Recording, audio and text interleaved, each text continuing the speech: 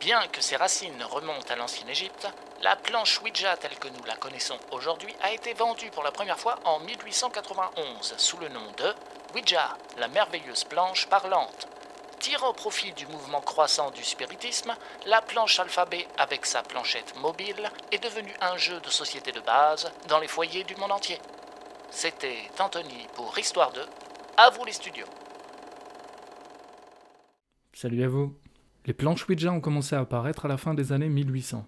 En fait, la toute première planche Ouija a été vendue dans un magasin de jouets à Pittsburgh. Et elle était presque identique aux planches vendues aujourd'hui. Une planche avait généralement les lettres de A à Z, les chiffres de 0 à 9, le mot au revoir et les mots oui et non inscrits dessus. Elle était accompagnée d'une planchette en forme de larme, appelée aussi la goutte.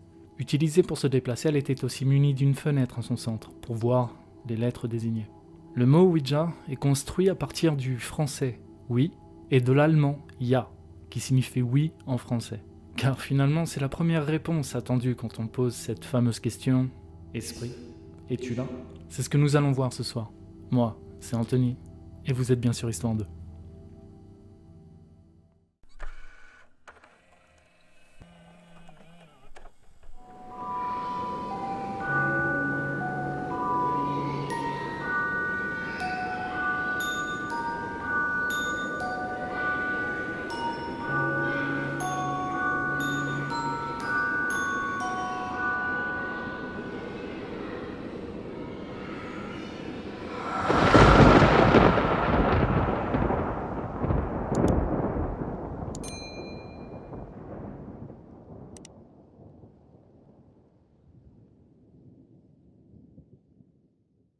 Lorsque nous parlons d'expérience Ouija, ou que nous pensons à des histoires de Ouija qui ont mal tourné, nous devons nous rappeler dans un premier temps pourquoi la Ouija a été inventée.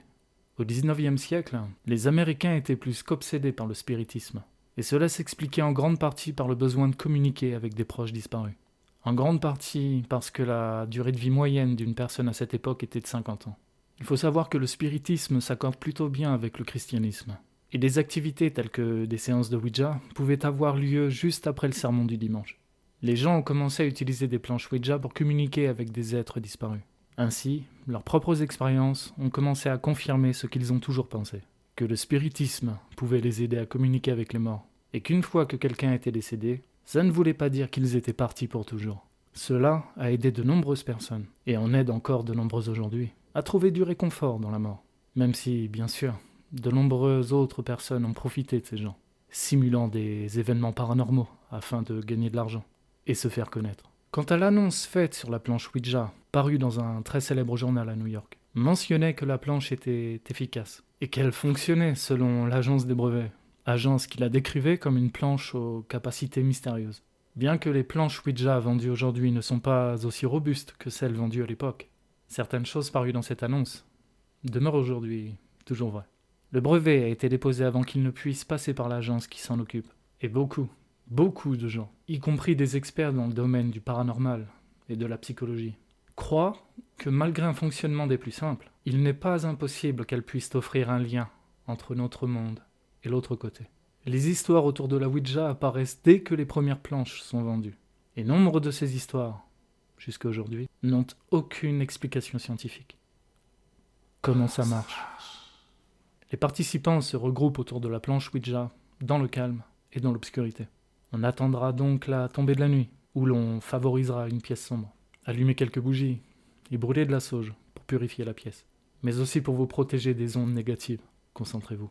Si vous le souhaitez, vous pouvez créer un genre de rituel d'ouverture, qui consiste en une prière ou une parole de bienvenue pour les esprits. Une séance peut également se tenir seule, bien que ce ne soit absolument pas conseillé.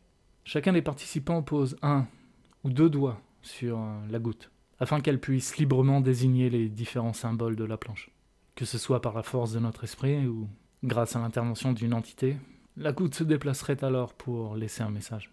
Cette pratique fait intervenir différents usages et croyances. La séance s'arrête si la goutte est déplacée hors du cadre, ou bien s'il est déplacée sur l'inscription « Au revoir », ou alors revient tout à fait au centre de la planche. Des histoires sombres. Bien que certains des événements entourant les planches Ouija étaient certainement exagérés ou voire complètement truqués, Nous avons suffisamment entendu de vraies histoires pour réaliser qu'il y a certainement quelque chose d'assez sinistre à propos de cette planche en bois. Les médiums insistent souvent sur le fait que les participants ne peuvent en aucun cas savoir l'identité de l'entité à qui ils sont en train de parler, que finalement on ne peut pas être sûr quant à savoir à qui l'on s'adresse vraiment. Et il semblerait que les esprits puissent lire dans nos pensées, afin d'y puiser les réponses espérées. Il est donc possible que l'esprit soit malveillant, et essaie via la Ouija d'influencer les personnes présentes, voire, dans les pires cas, de les posséder. Il faut savoir que les mauvais esprits seraient en règle générale flatteurs et menteurs, toujours dans l'unique but d'arriver à leur fin. Il y aurait différentes manières de déceler ces êtres mauvais, comme par exemple la goutte qui se met à pointer les 4 coins de la table, la goutte qui se met à dessiner un 8 au centre de la table, la goutte qui cherche à sortir de la table. Cela indiquerait une tentative d'évasion de l'esprit. Ou encore la goutte qui pointe le chiffre 0 lorsque l'on demande l'âge de l'esprit. Certains médiums mettent aussi en garde sur le fait que l'esprit puisse se mettre à réaliser un compte à rebours, que ce soit avec les chiffres ou les lettres. Auquel cas, il vaudrait mieux arrêter immédiatement la séance. Les esprits considérés comme malveillants peuvent porter le nom de Zozo, Zoso, Zaza, Oz, Zo, Mama, Abacus, ou Satan et Belzébuth pour les plus connus. La liste n'est pas exhaustive. Phénomène explicable. Chaque fois que l'on parle de Ouija avec certains sceptiques, le commentaire qui ressort le plus souvent, c'est que quelqu'un pousse forcément la goutte.